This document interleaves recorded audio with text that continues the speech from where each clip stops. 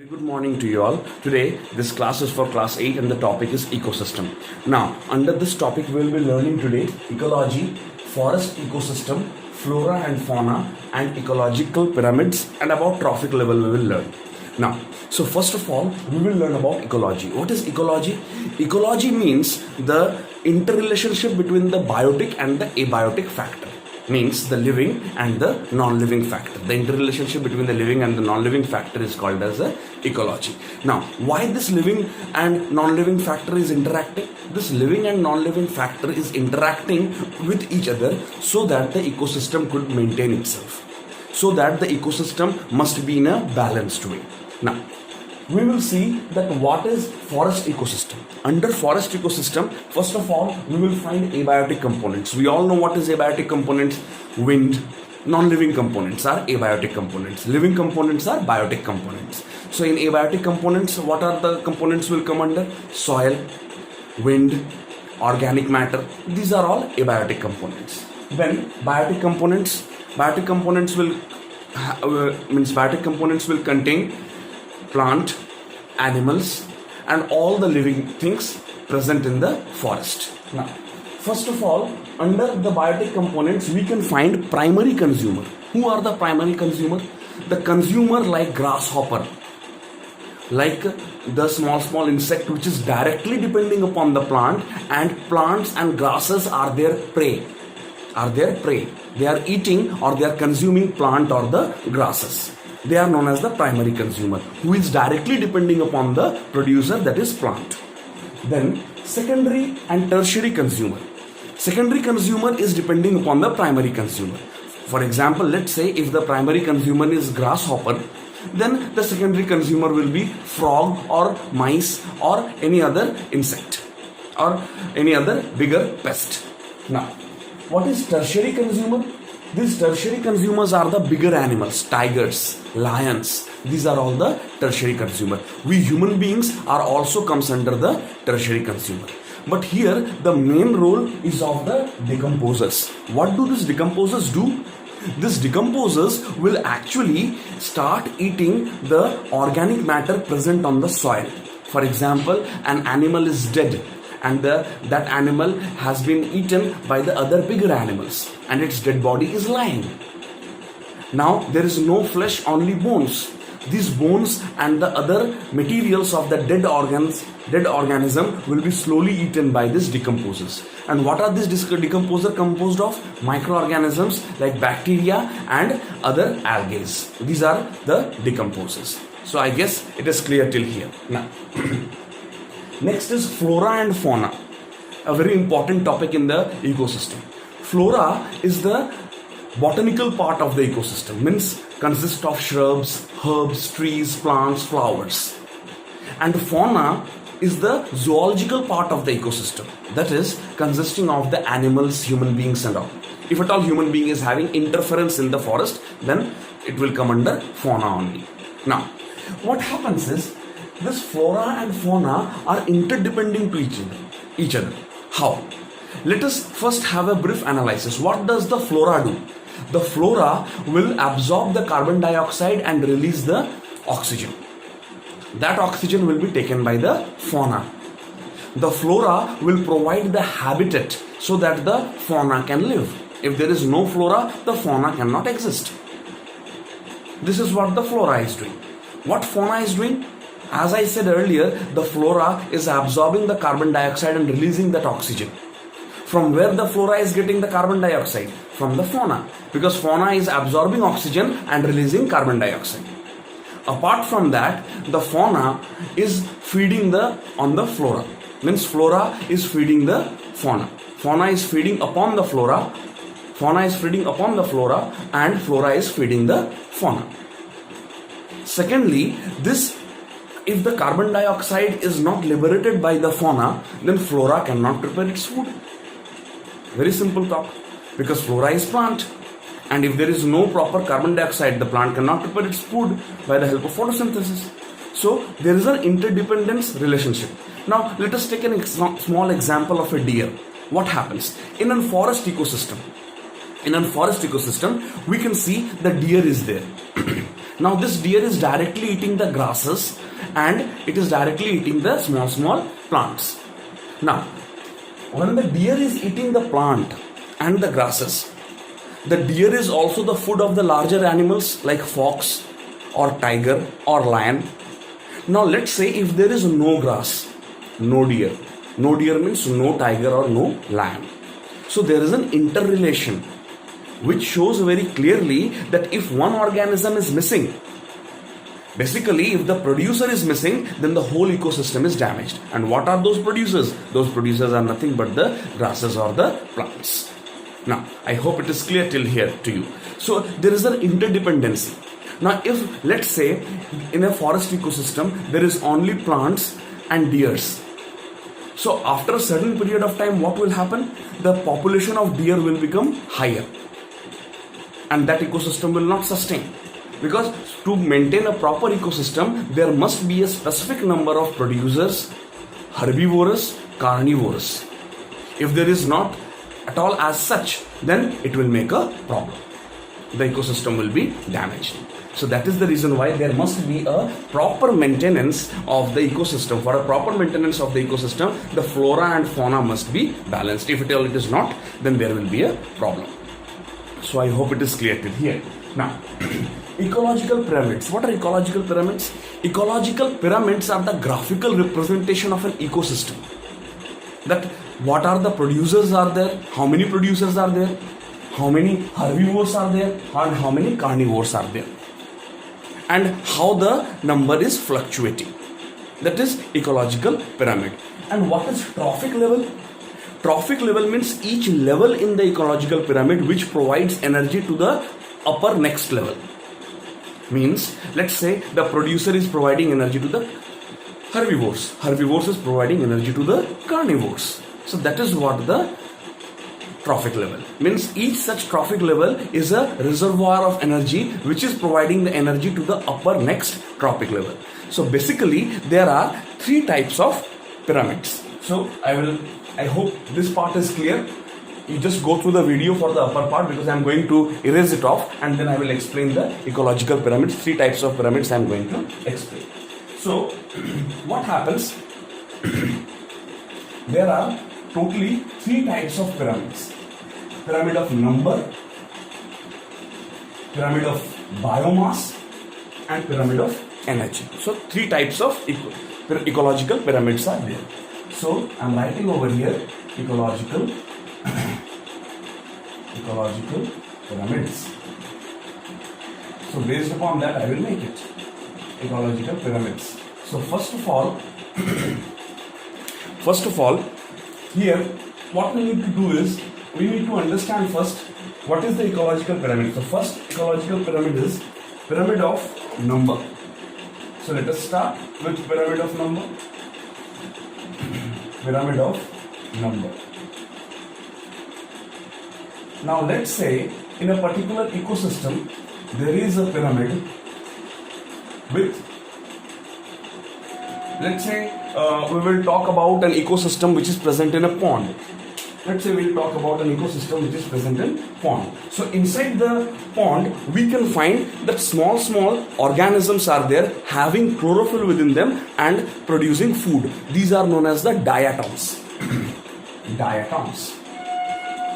D-I-A-T-O-M-S, diatoms. These are known as the diatoms. Now, to eat these diatoms, small fishes will come. Small fishes will come. To eat those small fishes, large fishes will come. Large fishes will come. So, a very small and conceptual ecosystem. What happens? The diatoms having chlorophyll within themselves, producing food. The small fish came to eat the diatoms. Diatoms are eaten by the small fish and the small fish itself eaten by the large fish. Means the number of diatoms is more, small fishes less than diatoms, and large fishes number smaller than small fishes. So I hope it is clear. This is known as upright pyramid of number. Upright. Upright pyramid of number. Now let's say I am making inverted pyramid of number. This is upright, straight. Now inverted pyramid of number. Now let's imagine in a forest there are only few trees, more herbivores and more carnivores. So how I shall make it? See how it is happening. Let's talk about in a forest ecosystem where there is producers, herbivores and carnivores. So producers are less in number. Producers means the plant. So producers are less in number. Okay, fine. Here are the producers. They are less in number. Then the herbivores. Herbivores are more in number. Herbivores are more in number. And then the carnivores. Carnivores are larger than herbivores, larger in number. Carnivores. So I hope it is clear over here why this pyramid is inverted. This pyramid is inverted because of one reason. Why? Because the number of producer is less. Here the number of producer was more. So this is known as the inverted pyramid. Inverted.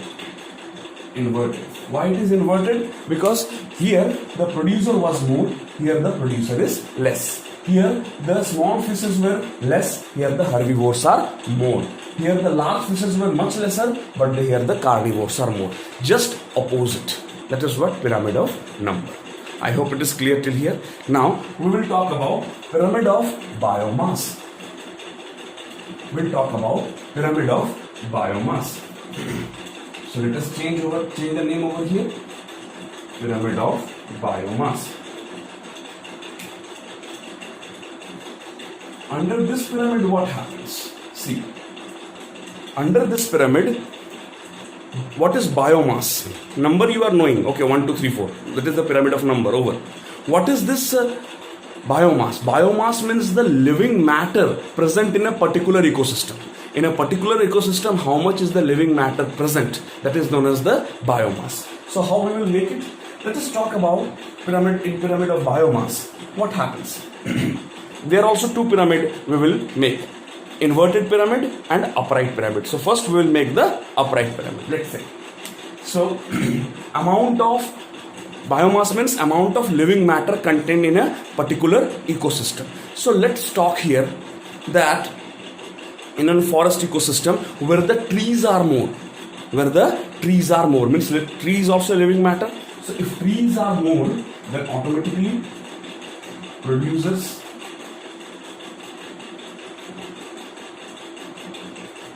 more in number. Herbivores are less. Herbivores. Carnivores are much lesser. So again, we wrote here carnivores. Carnivores. So this is what the pyramid of biomass. So producers are more in number, herbivores less, and carnivores are much lesser. So amount of living matter contained in a particular ecosystem is called as biomass. So producers were more in number, so producers box was bigger. Herbivores less, herbivores box was smaller. Carnivores much lesser, so carnivores box is even more smaller. So this is what the pyramid of biomass upright.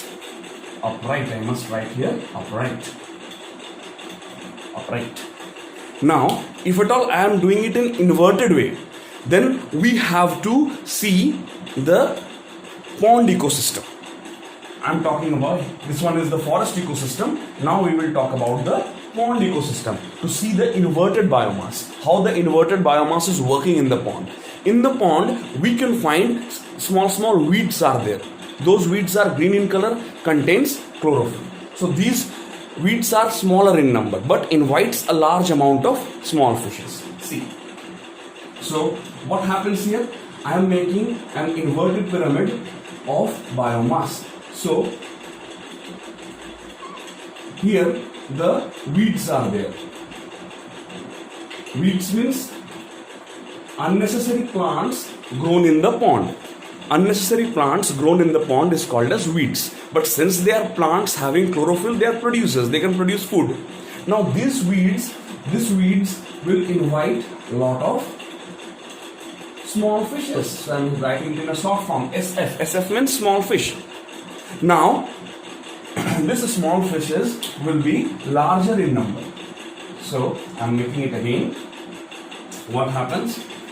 First of all, the weeds, unnecessary green plants growing in the pond. To have those weeds, to eat those weeds, the small fish will come. SF, small fish. And again, to eat those small fish, the large fish will come. L, large fish. LF, large fish. SF, small fish. So this is what about the pond ecosystem. Inside the pond, what happens?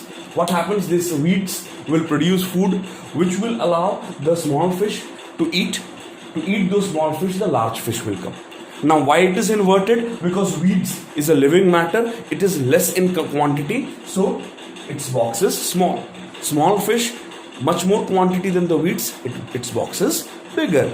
Large fish, much more than the smaller fish in quantity, so its box is much bigger. So I hope pyramids of biomass you can understand. Now we will see the last one, that is pyramid of energy. What happens here? You see, in pyramid of energy, the things are completely different. And there is only one pyramid, means there is no inverted pyramid. I will tell you the reason why. Under this pyramid of biomass is over. I hope you can understand it. Now, pyramid of energy. Under this, we need to understand that there is only one pyramid of energy, and that is upright. There is no inverted. How? First of all, I will make the pyramid and then I will give you the reason why. So what happens here? Producers, then primary consumer,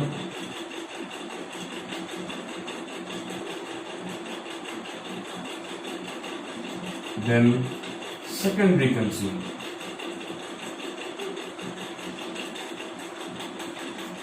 Secondary consumer.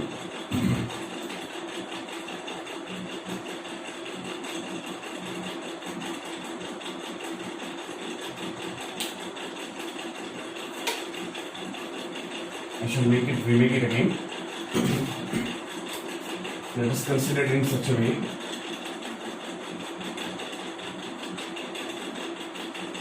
Producers, because at the top the space was not there, that's why I have changed it. Producers,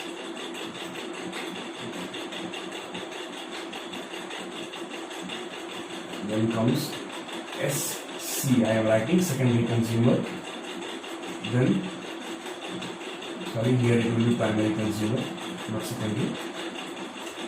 And here it will be secondary consumer SC, and then here it will be tertiary consumer TC. So PC means primary consumer, SC secondary, TC tertiary consumer. Here what happens? There is only upright pyramid, there is no inverted. Why? Because always in terms of energy, what is energy? Means the amount of food making. So amount of food making is always larger in plant. And energy flows in an unidirectional manner, only in one manner, not in two manner. Not in two ways. It is flowing only in a one way. Means from producer to primary consumer, secondary consumer, tertiary consumer. It will never come from tertiary consumer to secondary consumer to primary consumer to producer. No. Not in both way. Only in one way it will move. The ecological pyramid of energy is upright because only the energy is flowing in a unidirectional way. There is no two direction. So producers very much larger in number, producing the food at a bulk, providing it to the PC, that is primary consumer. Primary consumer providing the food to the SC by feeding themselves, that is secondary consumer. Secondary consumer will provide the food to the tertiary consumer. For example, I am telling, producers is the plant, primary consumer grasshopper, to eat that grasshopper frog, tertiary consumer snake. So producers are always larger in number because they are producing the food at a bulk, so that the primary consumer can take. Primary consumer can become the food of the secondary consumer, and secondary consumer can become the food of the tertiary consumer. And since energy flows in a unidirectional way, there is no two direction for the flow of the energy. That's why there is only one upright pyramid for energy. There is no inverted pyramid of energy. So I hope through this video you can clear up the things. Thanks a lot.